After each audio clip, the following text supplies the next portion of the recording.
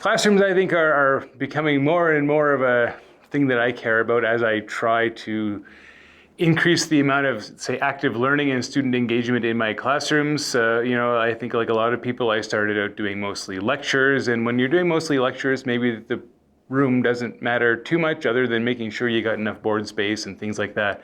But if you want students working on problems and you want students talking to each other, then the space starts to really become a factor, right?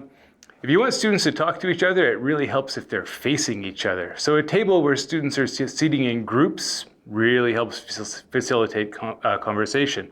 Also, if you want students to work on problems, you'd like to be able to keep an eye and see what they're working on, make sure they're doing things right.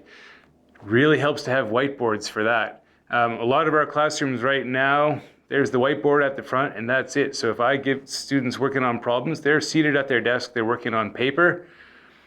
I can catch a few students here and there to see what they're doing, but if everyone's at whiteboards, it's great because everyone's standing at the board, they're writing things down. I can be in the middle of the room and look to see what everyone's doing.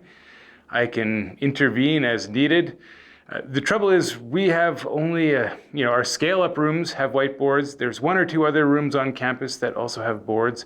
We don't have any rooms with more than 40 seats that have a lot of boards for students to use. So as, the size of the classes where we're asked to kind of engage in these sorts of active learning, as those class sizes go up, we're really limited in the spaces that we have. And I'm looking forward to the next phase of the destination project to see if we can improve some of the classroom spaces that we have on campus.